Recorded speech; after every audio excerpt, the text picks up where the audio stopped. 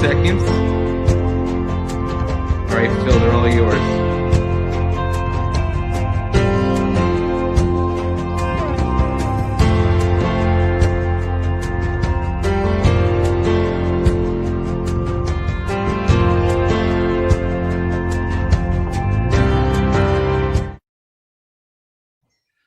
Hello, everybody. My name is RICCO GARCIA. Welcome everyone to the Gun Violence Prevention panel and discussion presented by the Texas chapter of the Giffords Gun Owners for Safety. I'm here with Cambio Texas. I'm an attorney here in South Texas. Again, my name is RICCO GARCIA, and I'm very honored to be the host of this panel tonight.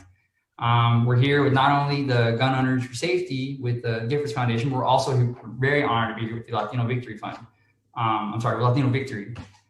Today we're honoring the lives lost in Texas to gun violence, and we know it's a very important discussion. A little bit about me and what I'm doing here. I'm the co-founder of Cambio Texas. We're a nonprofit down here in the Rio Grande Valley, focused on just getting out the vote for everyone here, but largely targeting low propensity voters within the region. And we do it in any way that we can.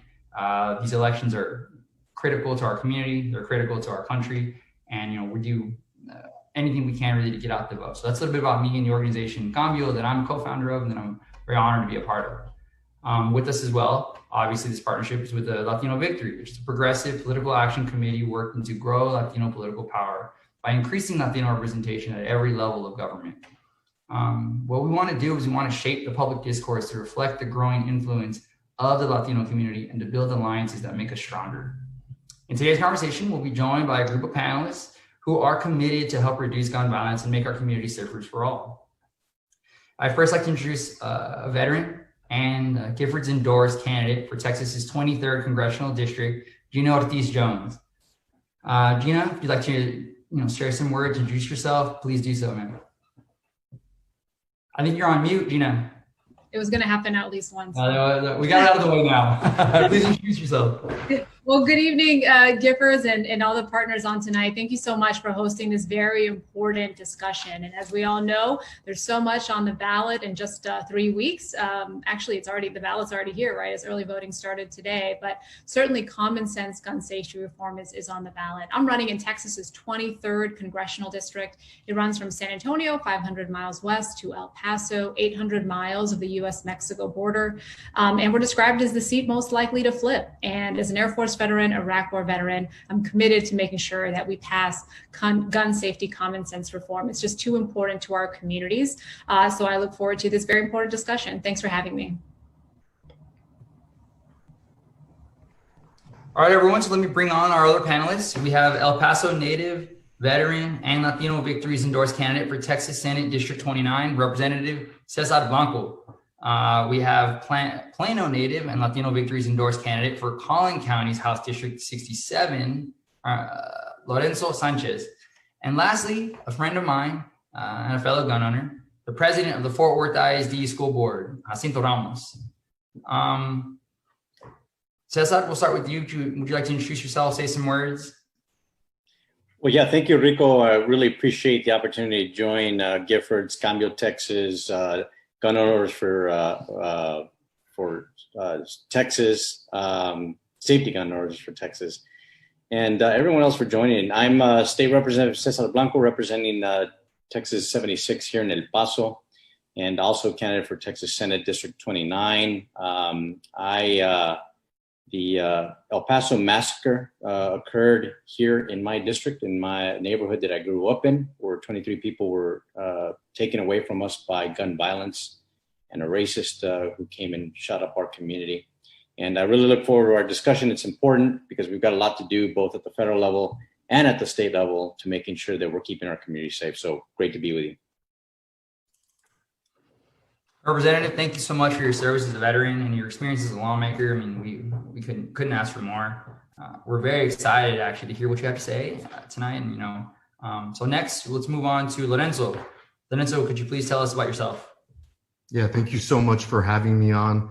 today. My name is Lorenzo Sanchez. I just want to take a moment and thank all the people for organizing this kind of event and being able to keep this conversation in the forefront while Texans are going out to cast their ballots on very important issues and for very important positions within our state.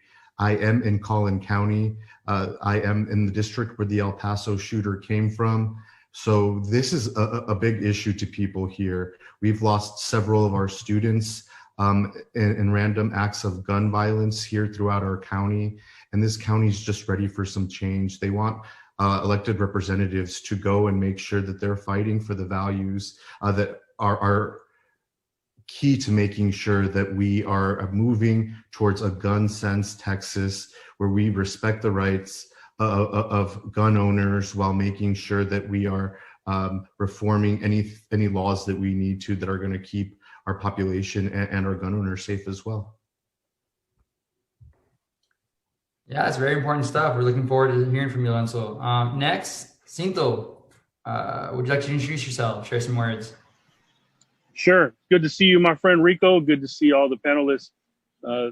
Good to be here. As you can tell, I'm in between meetings. We're in the middle of reopening schools. We've got numbers that are going back up, so no worries. I'm still wearing my mask. But yeah, this is a much needed topic and one that hits near and dear to me and in my community, and be happy to share that experience here as we get going. So it's an honor and a pleasure to be with you. All right, Jacinto, we know the important stuff you're doing. The school situation at the moment is very complicated amongst many of the other things that we're dealing with right now. So thank you so much for taking the time to meet with us tonight. So moving on to what we're talking about tonight. Studies have shown that when it comes to debate about how to keep Americans safe from gun violence, our fellow citizens look to gun owners for guidance about what elected officials should be doing. So this is why the Giffords Foundation founded Gun Owners for Safety in 2019, about a year ago, as a way to rally gun owners who support reducing gun violence so we can build coalitions. They've been doing so very successfully in Colorado, Minnesota, and most importantly, here in Texas. So since the beginning of the year, we have really been working tirelessly to expand the coalition of gun owners across the country, right? We've expanded now into Michigan, now Virginia, Pennsylvania, Wisconsin, and we'll continue to organize gun owners. And this discussion today is a great example of how Giffords is amplifying the voices of gun owners and fighting to end gun violence. So anyone that's interested in joining, if there are any gun owners out there listening, or anyone that's listening, or if you know anyone, please shoot, try to please join this organization. And if you're interested in joining, I think the best way to do so is pull out your phone right now and text gun owner, 2 different words, gun owner to 34131. Again, that is gun owner, 2 words, to 34131. That'll be the easiest way you can join, and it's really going to help the effort that we're trying to do here, because, like we said, it's important that the gun owners themselves place themselves in the narrative of something kind of alternative to what we hear every day. So that said, please join us here. We're very grateful to have Congresswoman Gabby Giffords for founding this coalition. What she's done is incredible. Of course, what she's gone through has been tragic. No one knows this space much better than her, and no one knows what it takes to fight for safer communities than her, and very few people, really. And she unfortunately cannot be with us today for this moment, but we wanted to share a message to kick us off. These are scary times. Racism, sexism, lies, violence, coronavirus. It's time to stand up for what's right. It's time for courage. We must do something. We must stop gun violence. Protect our children, our future. Let them lead the way. Make our country a safer place, a better place. Do you have the courage to fight? Please join your voice with mine. Thank you very much. Wow. That really is courage personified. Now I'd like to introduce our final voice in this conversation. Please welcome Texas youth activist and Giffords Courage Fellow, Mariana MEZA. To introduce yourself and please begin today's discussion. All right. Hi, everyone. My name is Mariana Mesa. I serve as a co-lead for the March for Our Lives El Paso chapter and as a policy director for March for Our Lives Texas, as well as a Giffords Courage Fellow. I am really grateful to have had the opportunity to help put this amazing event together in honor of Hispanic Heritage Month.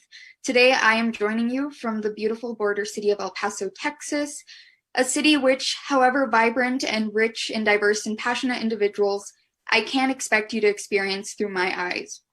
For me, El Paso is my home, a sprawling city with a small town feel. For you, El Paso is the subject of yearly condolences, a fleeting story in your daily news.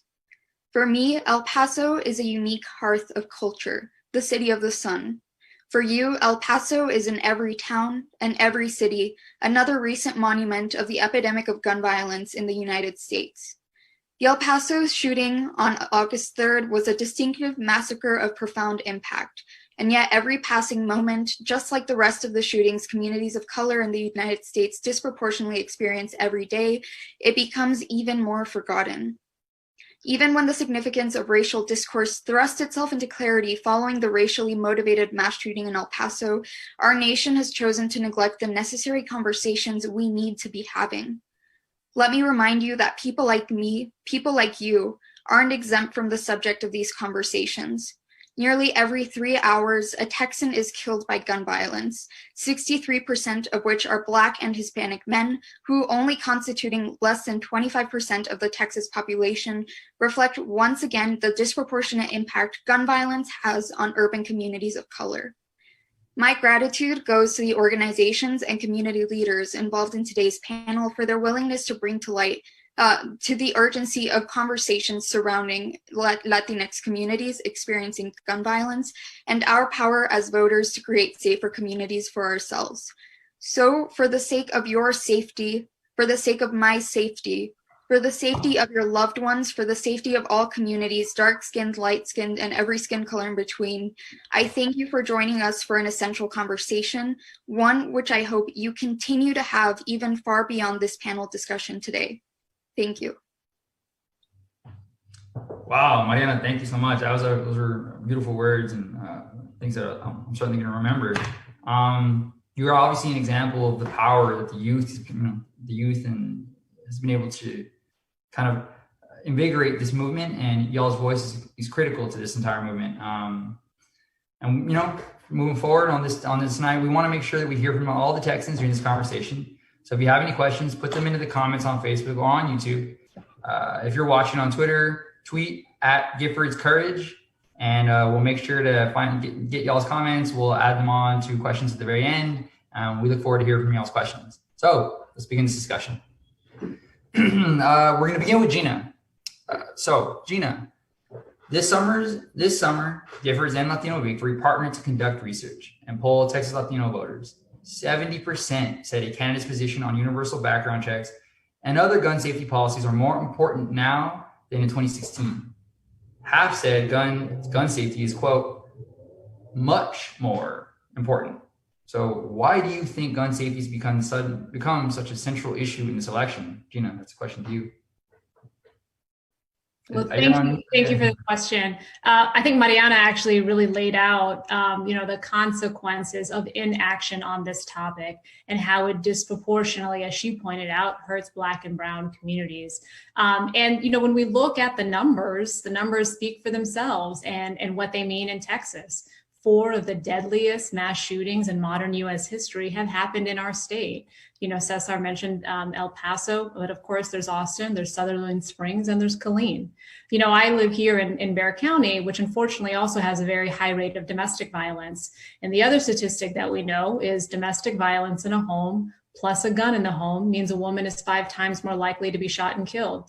And so I'm not at all surprised that this issue has elevated in the minds of voters, and especially in the Latino community, because the Latino community is disproportionately impacted by the lack of courage from legislators that prioritize their support and their funding from the gun lobby over the security of our communities, over young kids being able to get into the classroom safely, over people being able to, go to church, go to their place of worship without fear of that being the site of the next mass shooting. So I think, every day we're living with the consequences of inaction and the lack of courage on this issue. And the good thing is people know that we can have a change, but we just need new leaders, right? This is a leadership issue. This is a courage issue. That means we need new leaders. Thank you so much, Gina. I mean, we know that we've seen a lot of mass shootings in this state, and I know one is too many, but it's surprising sometimes how we can see so many, and then in response to that, see such little action. So thank you so much. We're gonna move forward with another Texas leader of ours. That's you, Mr. Blanco. Texas lawmakers go back into session in a few months, January 2021. CÉSAR, you've been in that building since 2015. Since you've been there, there's been dozens of gun safety bills that have been introduced in Austin, including some that you've even sponsored. But we haven't really seen much, right? The legislature hasn't moved on this issue. So what are some of the hurdles that you've experienced, and how do you, intend to change that moving forward? It's a great question, Rico. There's definitely have been a lot of hurdles in passing gun violence prevention policies in the Texas legislature. A large problem that we're facing, unfortunately, is the powerful, influential organizations like the National Rifle Association, the NRA, and the Texas State Rifle Association, TSRA, that they have so much power in Texas. And these anti-gun reform organizations have strong lobbying arms and political action committees, which influence how members of the legislature vote. So just like Gina said, we need leaders willing to stand up to the NRA and do what's right. A majority of Texans want common sense safety regulations passed, like universal background checks. But unfortunately, some legislators continue to be beholden to these pro-gun organizations out of fear of losing their endorsements and their political contributions, even though 70 to 80% of their constituents support common sense measures. A lot of Texans are concerned about their Second Amendment right to bear arms, but no one's proposing a ban on all guns. No one's doing that. We're just talking about common sense safety reforms. That's all. And, if you're a law-abiding citizen, a responsible gun owner, and have absolutely no intent on using guns to harm innocent people, then these common sense safety reforms wouldn't impact you or infringe on your Second Amendment rights. It's been a challenge to get supporters of gun safety bills across the aisle, but I'm anticipating that the upcoming session is going to look a little bit different, especially if Democrats take control. After two tragic shootings, the one in El Paso and the one in Odessa, I think we've seen an uptick in bipartisan conversations about how to improve Texas gun laws to create a safer environment for everyone. And I think it's vital that we move forward, that we move into this next session, that we continue to focus on evidence-based legislation, right? And I think a big problem that we've experienced in previous sessions is a focus on mental health as the main cause of gun violence, when it's been proven that easy access to firearms is really the main driver of gun violence rates. While mental health is important, we've made great strides, but it's not the end-all be-all solution. This is a gun violence epidemic that we have in our country. And I think moving forward, the legislature needs to focus on data-driven prevention strategies and continue having conversations across the aisle. And really, legislators need to recognize that gun violence is a public health crisis that harms Texans and devastates communities. So we've got a lot of work ahead of us next session. Yeah, it sounds like we do have some work. And I think a change in leadership might be on the horizon, and it might be something that helps moving forward. And somebody who's really working to help make that change is the next, who I'm going to ask the next question to. LORENZO, we know that you're running, and your victory in your seat may actually help sway the way the legislature behaves. But I'm going to ask right now. So last month marked 2 anniversaries of the horrific shooting over in El Paso and in Midland. So our Texas Hispanic community has specifically been targeted in those situations, particularly in the El Paso attack. So can you share with us how this tragedy maybe has impacted your community and personally affected you? Yeah, definitely. And I'm running in one of those hyper competitive districts this cycle that it's just so important that we flip the seat I'm in. One of the top 5, one of the top 4 in the nation when it comes to gerrymandering and the difference that voters can have this time around coming out. As far as this attack that took place in El Paso, it just, there was already a movement going on here in Collin County, a real desire to have leadership take action in some of these ways that we see the majority of Texans already agree upon. So that has been a big push. I'm from a district that's actually really, really diverse, with, you know, religiously, ethnically speaking, in every form and fashion. But everyone here really, really wants our communities to be safe. We want our families to be safe. So the fact that this gentleman would have driven across our state to commit this massacre, we're well aware that it could have been somewhere within our own community. And I do want to speak on behalf of my community. We are better than that. You know, it came as a shock that something like this could be produced within our own community when we see how great the diversity that we have, how wonderful of a life that we have been able to build here in Collin County because of that diversity, and people understand it and are just really tired of what's going on and heartbroken by what is going on, with this real lack of wanting to provide these solutions for our communities. Thank you, Lorenzo.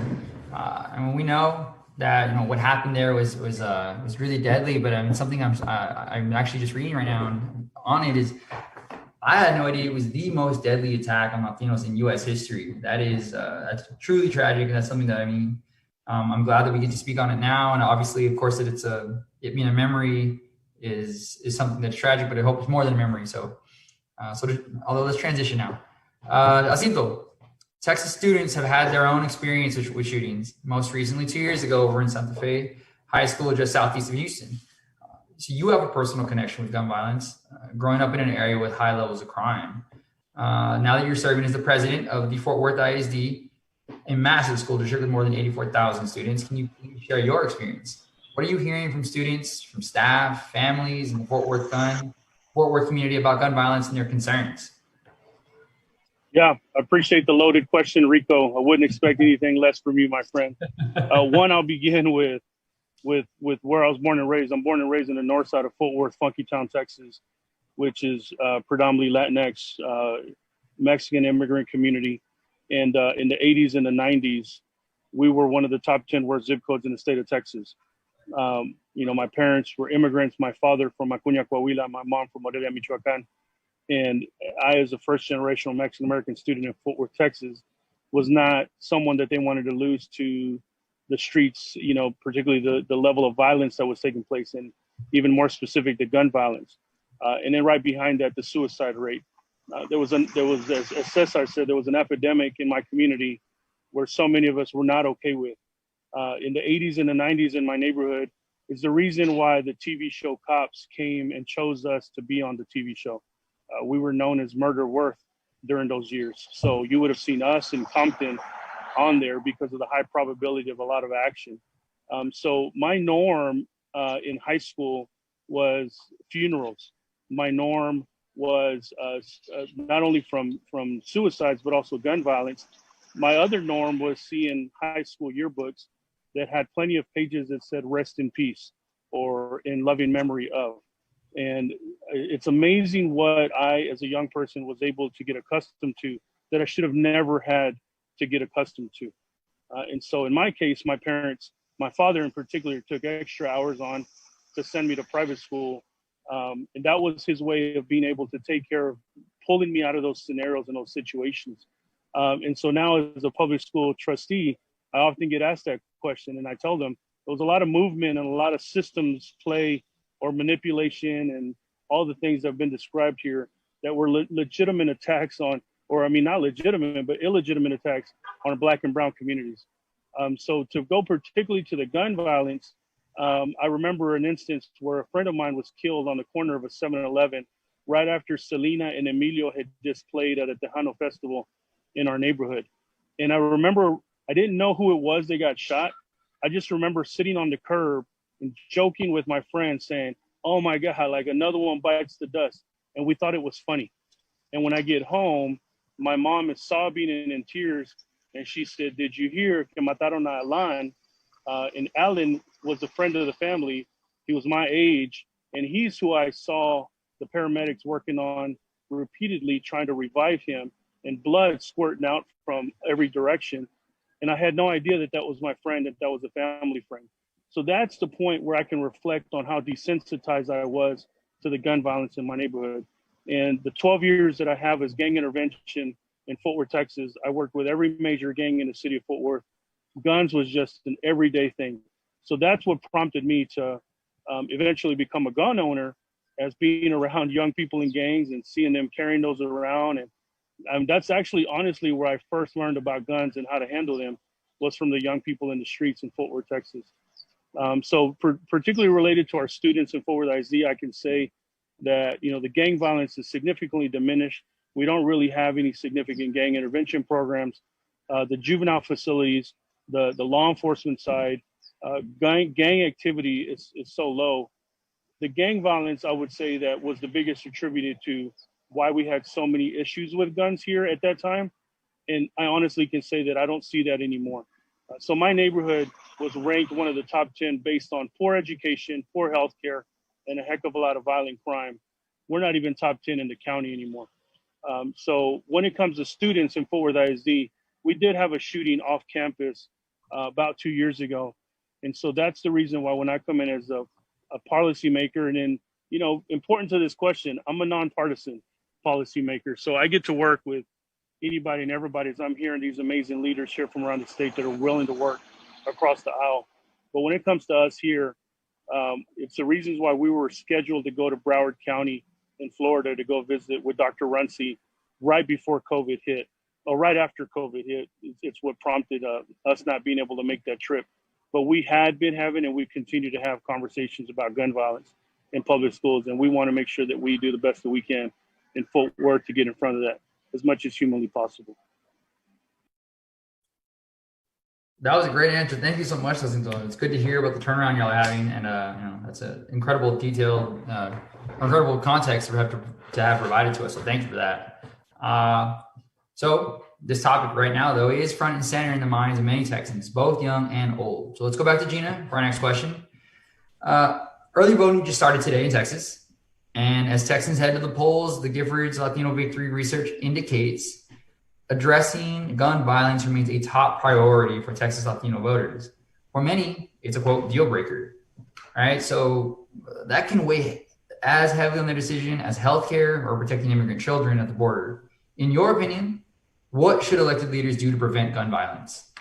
Sure. Well, you know, and again, I think it was Mariana that mentioned it, as well as César. But you know, the tragedy in El Paso wasn't just a gun violence tragedy, right? It was racially motivated. White nationalist rhetoric caused that domestic terrorist attack. We have to call it what it is, which was made all the more deadly by access to these deadly weapons. So again, it's not super surprising that this issue in particular is very animating when you look at this white nationalist rhetoric coming from this president, and for which too many leaders have also been silent, right? Let's not forget the silence by so many leaders, not only on the gun issue, right, on just common sense gun reform, but also on this white nationalist rhetoric. So I'm not surprised that the Latinx community is pushing for leaders, because this fundamentally comes down to, do you want to protect us and our families, or do you side with the gun lobby, right? That's the question at the end of the day. And because it is that simple, if folks can't answer that very simple question,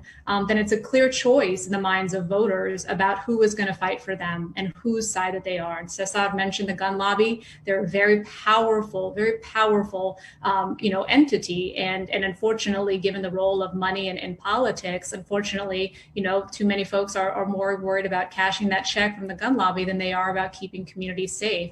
So I think on this issue that is just so cut and dry for families and people that want to make sure, again, their kids can go to school safely, that folks can go worship safely. They are looking for leaders that are going to do, again, the common sense thing, right? Universal background checks, allow the CDC to study gun violence. So lawmakers, right, and have the data, and American citizens also have the data to truly understand the scope of the problem. I think we all have a pretty good idea of it, but if you want to make data-driven decisions, you have to have and invest in entities that can actually provide that, and then truly understand, which communities are hit the hardest. So we can tailor policies that not only address gun violence, but also address, the suicide epidemic, as well as the other things that might be contributing to gun violence, and certainly gun violence disparities in certain parts of the country and certainly parts of our state. So, again, it's about, do you want to keep us safe or don't you? Whose side are you on? And if you do want to keep us safe, how are you going to do that? And so I think those common sense things are what folks are looking for, because this is ultimately, at the end of the day, about keeping people safe. Wow, thank you so much. So when you're elected, Gina, you're going to join Congress that will take action on gun safety, and we cannot wait to see that happen. So Gina, I know you have to hop off for another commitment, and we completely understand. Thank you so much for the time to lend your voice to us, to speak with us tonight, and we really appreciate it. So we'll let you hop off. Thank you so much. Take care. So we also know how valuable local lawmakers are in taking action to implement policies to reduce gun violence. So we're going to take it back now to CÉSAR BLANCO. So CÉSAR, let's talk about what can be done here in Texas. I mean, Black and Hispanic men make up less than 25% of Texas's population, but account for nearly 63% of the state's gun homicide victims. Can you talk a little bit about the nexus between hate and gun violence, and what do you think needs to be done to protect people of color who are most at risk of gun violence in Texas? Well, as you know, RICCO, El Paso tragically suffered when a hate-filled individual drove over 9 hours to commit mass murder in my community just because we're Latinos and because we have a proud immigrant community. So we really have seen firsthand the devastation when hate and gun violence intersects. No one anywhere should have to live in fear and have to look over their shoulder for being who they are or the color of their skin. And like Mariana had said earlier in her opening, El Paso is strong. We're a resilient and a vibrant community, and we're still healing. As a legislator who represents El Paso and the district where this mass murder occurred, I owe it to those that were taken from us to take action, to make sure that this never happens again. And there is, unfortunately, a clear correlation between hate and gun violence. And this stems from failure to address systemic racism. My brother Jacinto and I have had this conversation, in the few times that we've been able to get together at conferences. But we have to address systemic racism and failure to keep firearms out of the hands of those who most likely will misuse them. And failure to invest in gun violence prevention programs is a bad thing. And, violent extremism and other perpetrators motivated by hate pose a significant threat to safety of marginalized communities here in Texas. And I think this was exemplified in the horrific shooting in El Paso last summer, when this guy came across the state to target us. It's unacceptable.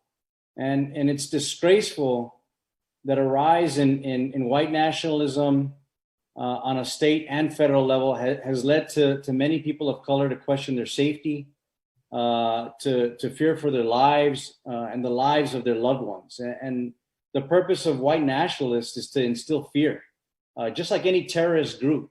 And there are terrorists. They are terrorists. And they use the use of these deadly weapons disrupts individual lives as well as negatively impacts broader communities. We are stronger against hate when we are united And we must work together to fight racist rhetoric and hateful ideologies. No one should be afraid to congregate at their churches or their places of worship, gather publicly with their community, speak their native language, or show who they love in public, right? Or simply go shopping, like the community here in Walmart. They were just shopping on a weekend.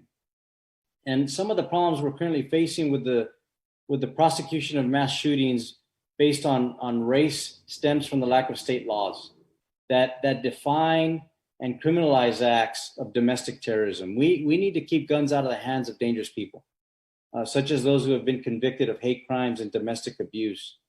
You know, if I have the opportunity to serve in the Senate, disarming hate is going to be one of my top priorities. I think disarming hate agenda will be two-pronged. One, passing common sense gun reforms, and two, addressing the rise of hate crimes and domestic terrorism, including holding social media platforms accountable for the role that they're playing in radicalizing dangerous people.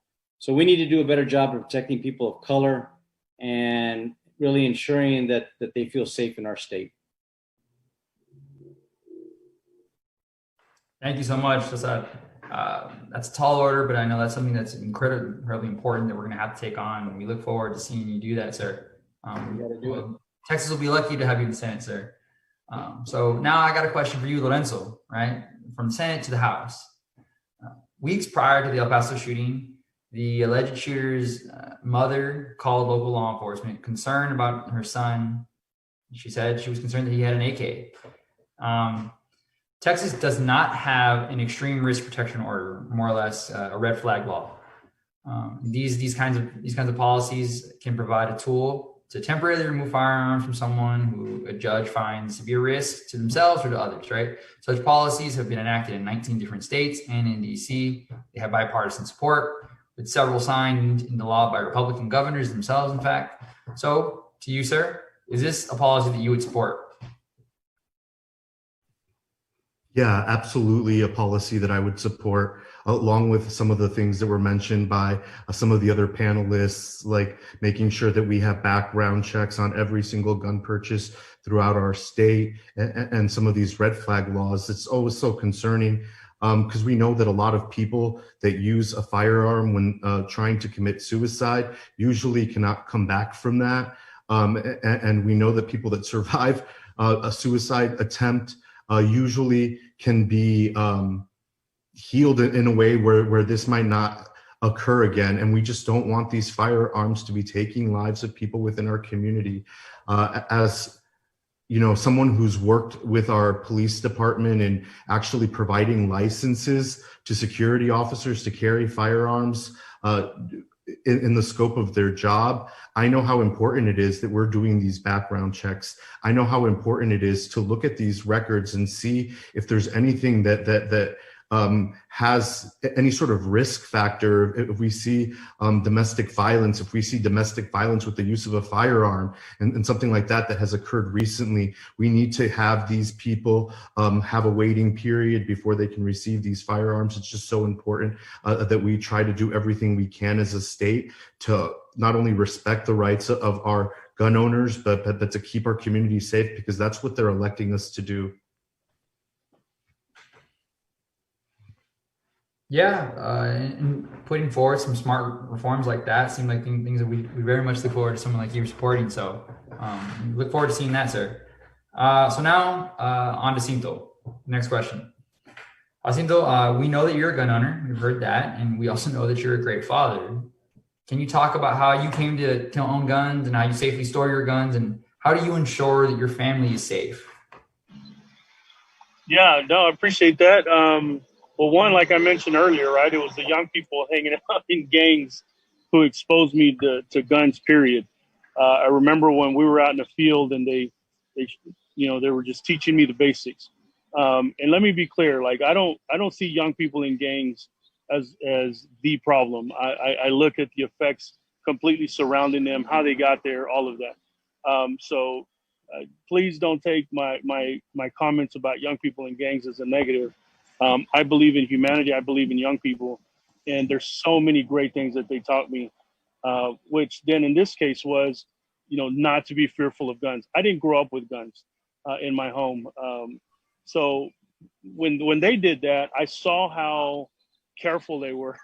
I saw how they had proper equipment, and I would ask them, who taught you this?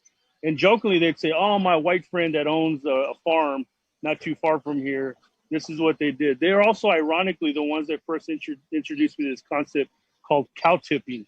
I didn't know what that was. So the irony that it was young people in gangs who taught me how to hold a gun, how to use a gun, but also cow tipping. My goodness, right? So that was it. They were the first ones to introduce me to this world. But then also, that's when the concealed handgun license came about, and I took the course and took it from an amazing instructor who went through every protocol, including the storing of my weapons.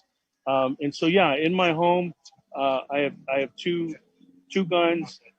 Keep those locked away, with a key that only my wife and I have access to. And so we went through the basics. Other than that, I don't have like shotguns or rifles or things of that nature. But for the two pistols that I've got, it was between the streets to the CHL folks who showed me how to handle the gun and how to keep them stored away from my kids. So, I've had them since all three of my boys were born.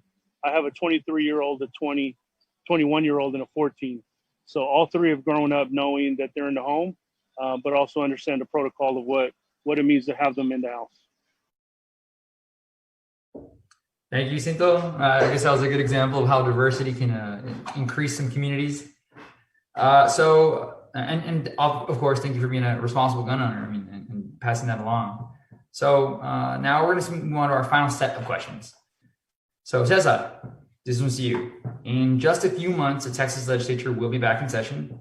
What are some of your expectations for this upcoming legislative session? Are there any specific gun violence prevention policies you expect the House to take up, maybe the Senate? If you're elected to the Texas Senate, what will you do to help advance gun safety through the legislature? Well, I'm cautiously optimistic that we're going to see some major and comprehensive gun violence prevention policies pass in the upcoming session. Before the COVID-19 pandemic, the tragic shooting in El Paso and in Midland, Odessa shed light on the need for some serious changes in firearm policy. The governor convened the Texas Safety Commission, and both the Speaker of the House as well as the Lieutenant Governor appointed a select committee on mass violence prevention and community safety in their respective chambers. So I felt that there was some urgency and some interest on both sides of the aisle from leadership to do something on this issue.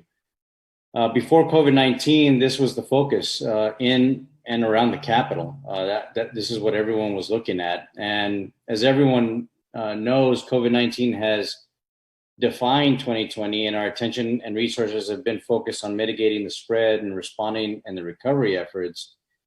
While COVID-19 is going to be a major issue next session and for the foreseeable future, we just can't forget the need and the urgency to do something about gun violence, to do something about hate, and to do something about domestic terrorism. If the Texas House of Representatives flips this cycle, I'm confident that we're going to see some good measures come out of the Texas House. The Senate will definitely be a hurdle for most of these reforms coming over from the House, and bills we will also be filing in the Texas Senate. My approach will be to reach across the aisle and figure out what we can agree on first, and how does the data and evidence look. And I do think that we can make some headway in that respect. The Lieutenant Governor Patrick had previously signaled the need to take up straw purchases and stranger-to-stranger sales, directly contradicting the NRA. And that made me hopeful, quite frankly. And hopefully we can have a dialogue on other measures that can make a difference. There are dozens of common sense gun violence prevention bills that have been introduced in past sessions So I think we can expect to see those reintroduced in the upcoming session. I myself filed several bills in the past to close internet sales loopholes, to keep guns out of the hands of flagged suspected terrorists. I had another bill to promote better coordination with schools and local law enforcement in an active shooter situation. And I also had a bill that banned high capacity magazines, such as bump stocks. And other bills we can expect to see this session include universal background checks, I think ending straw purchases, as I had mentioned, red flag laws, and banning warlike assault rifles and high capacity magazines, and keeping these firearms out of the hands of hate crime offenders and domestic abusers. So I'll be looking for suggestions from organizations such as Giffords, reviewing suggestions from testimony that we've heard in the Mass Violence and Community Safety Committee hearings, and looking at the 11 legislative recommendations that the governor's Texas Safety Commission Action Report, which was published last August. And hopefully, if elected to the Senate, I'll do my best to pass legislation that protects our communities from gun violence, and work with whoever it's going to take to make sure that we get these things done. Thank you, César. As we know, the vast majority of Texans are in agreement about this issue. So let's hope your colleagues and the other lawmakers in the legislature are in agreement.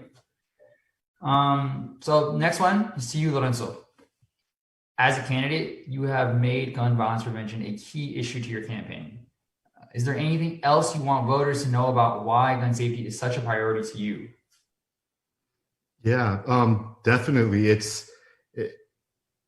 For me, it's about wanting to keep my community safe, and listening to everyone within my community, and hopefully allowing them to have the same kind of life that I was able to have here in Collin County, with getting a good public school education and being successful and able to go off to college and get a degree. I want that to continue to exist. I remember as a young kid, I would see my father, shirtless, and see his body. I was born in Chicago, Illinois, and he had been, a victim of gun violence himself during, some sort of botched robbery. But seeing him with these bullet holes all over his body, and that was such a common thing, as I would go to bed as a kid, hearing those gunshots go out, outside my window when I was trying to sleep as a kid.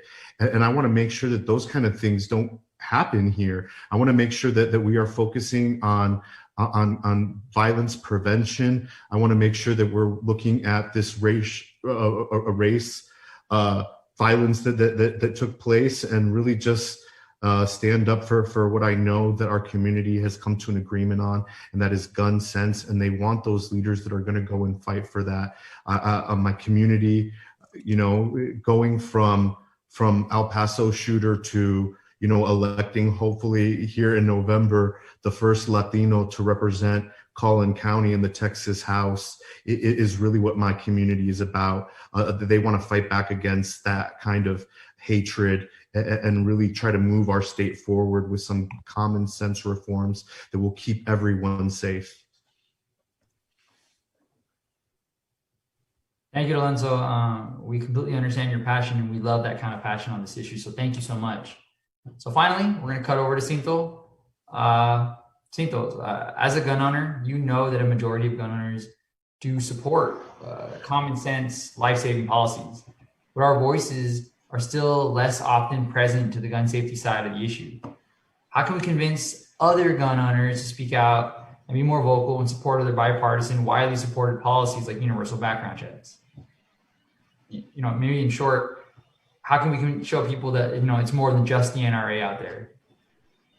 Yeah, for me, it's happening now, and it happened through you.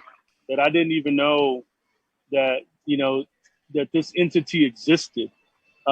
So it's, I'm always going to go the culturally responsive. I'm always going to go the critical race theory. I'm going to go, all of that.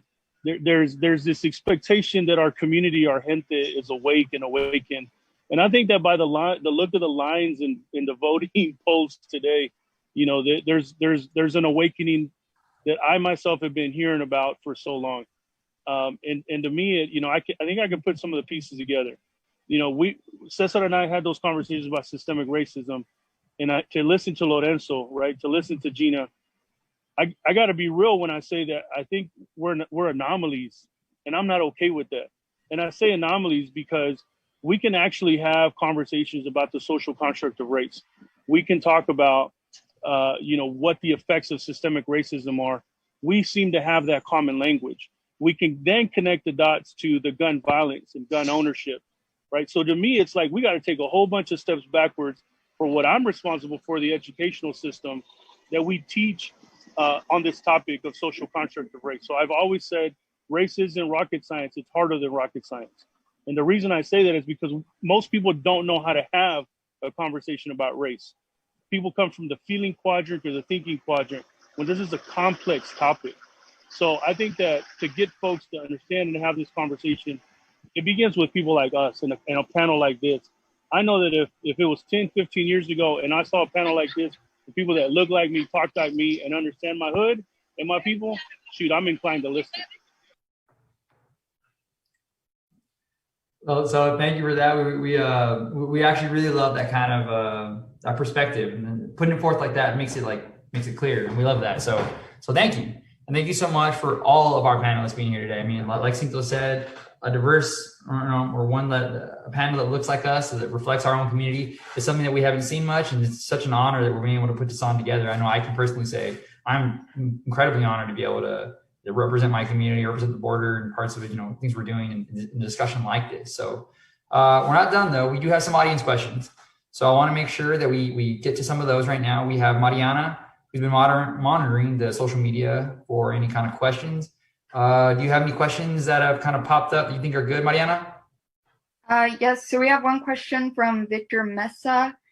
So he says, white supremacy drives many hate crimes as it did the mass shooting in El Paso.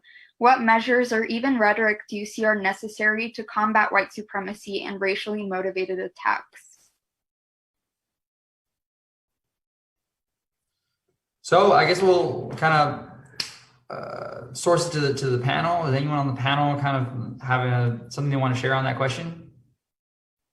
I think we might have lost Lorenzo, so it's just really César or Cinto. Well, I think from a state perspective, we need to codify, you know, and define domestic terrorism. And when this type of language occurs, you know, we need to make sure that we call it out when we see it and we hear it, right? So I think there's stuff that we can do in terms of creating laws that define domestic terrorism in our state. And if someone acts in a violent manner, that these laws clearly demonstrate what has been violated, right? Or what those violations are, so they can be prosecuted. But just in general, I think, you know, look, we're seeing this in our politics. You know, President Trump came to our community and called our community rapists, immigrants, and, you know, saying that we were all these negative things. His the head of the DOJ, Sessions, said our community was ground zero. A lot of this rhetoric you can hear from some of these white supremacists. And then we saw that manifesto that was allegedly posted by this shooter who came to El Paso. So this is a problem. This is something that our country has dealt with since the beginning of this country. For those individuals who deny that our system has racism built into it, they're in denial. They need to understand that that's not the case, and that's okay. We can fix it through legislation, but really through a dialogue. So, there's ways of doing it, but I think we need to have a real conversation. When you repaint a car, you got to strip it down, right? And I think sometimes with our system, you got to strip it down and put on that primer and that fresh coat of paint, and then you'll have a better outcome. So I think it's no different. We gotta fundamentally change our system.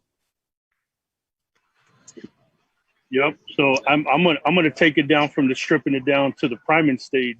Let's hear it. You know what I mean? Like, you know, the analogy that we've used in Fort Worth is, you know, you can't treat a disease or an illness without diagnosing it. And the diagnosis for us in the educational system begins with really what CÉSAR just described. Making sure our young people know how to have a conversation, know the origins of the social construct, how it was designed, why it was designed. And so to take a deep dive into that topic, there's multiple systems at play that were pre-designed not to benefit people of color, women, any of the other marginalized communities.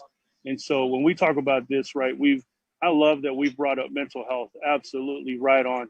And I don't know that I grew up with hearing those kinds of conversations in my community. And although now I hear them loud and clear. So, right, it's a paradigm shift in these topics, much like when people thought that the world was flat. It took a long time to convince people that the world was round. Right now, because people in our country have been purposely duped and manipulated and not allowed to learn about the social construct of race, people just don't, their systems go into shock. And I don't blame them.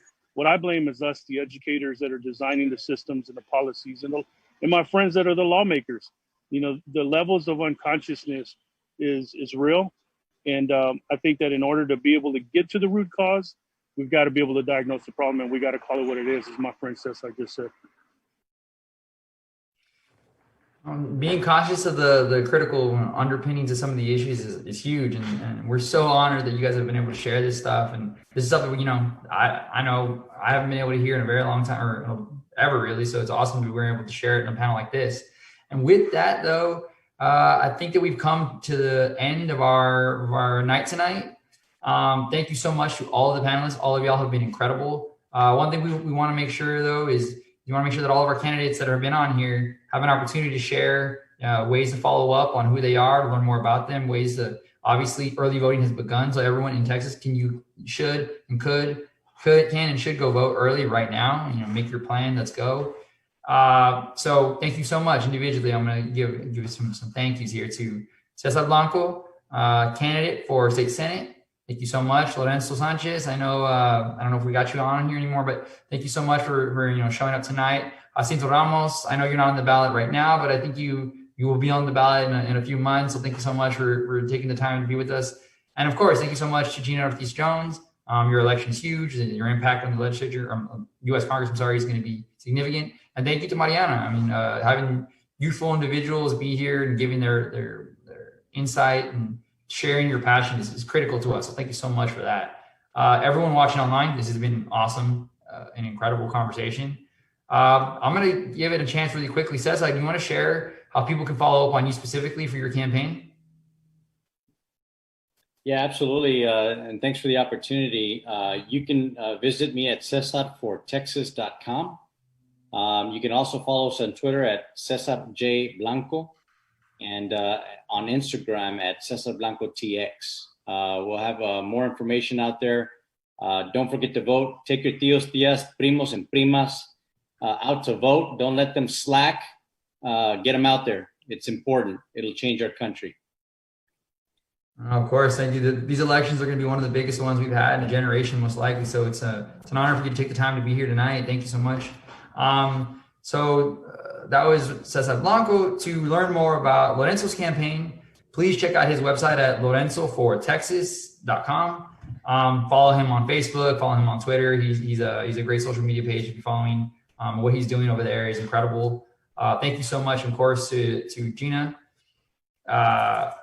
If you'd like to find her, I mean, just honestly, Gina Ortiz Jones, search her on social media. You'll find some great content as well, and you'll find out things that are going on. You can learn more about her. She's got an incredible story. We're honored to have had her tonight. So in closing, we can really all do our part to join former Congresswomen in making our country a safer place. Our votes are our voices, and we cannot forget that. This U.S. Census estimates that Texas Hispanics, Latino, or Spanish origin make up almost 40% of the population here.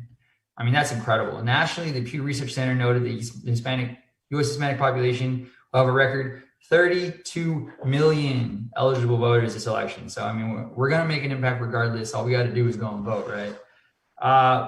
Last month, the Houston Chronicle reported Texas has registered more than 1.5 million voters since the last presidential election, which is a record total of giving us a record total of 16.6 million voters. As we've said, early voting is key. You have 3 weeks this year. We have crazy circumstances, so take advantage of it, y'all. We can do it safely. We can. Early voting has started today, as I've mentioned, and it started in more than 40 states right now. Voters are already lining up. In Texas, I'm sure a lot of us seen a lot of pictures of lines everywhere, down from here in the border all the way up to Fort Worth. It sounds like all the way west to El Paso. So people are showing up. That's awesome. Everyone keep going. Let's do this. I'm very ready to cast my vote. I did not get to do it today, but I will be doing so tomorrow. I plan to do so. And let's go and support the legislators and individuals and every candidate from top to bottom who support policies that make sense, not just cater to the gun lobby or these special interests. Like I've mentioned, our voices definitely matter, but we must register and show up to vote. So the candidates that support our voices and our policies, they're the ones that we should be supporting in the polls. And with all that, everyone, again, thank you so much for being with us tonight.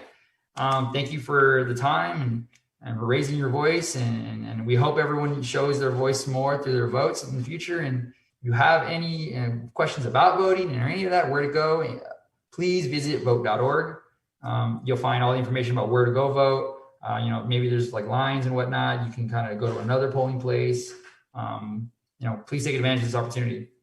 As Senator Ted Cruz has said, Texas is a battleground, and it's time for us to use our power as voters to create change and make our community safer. So thank you again so much, everyone. Have a good night. Please go and vote.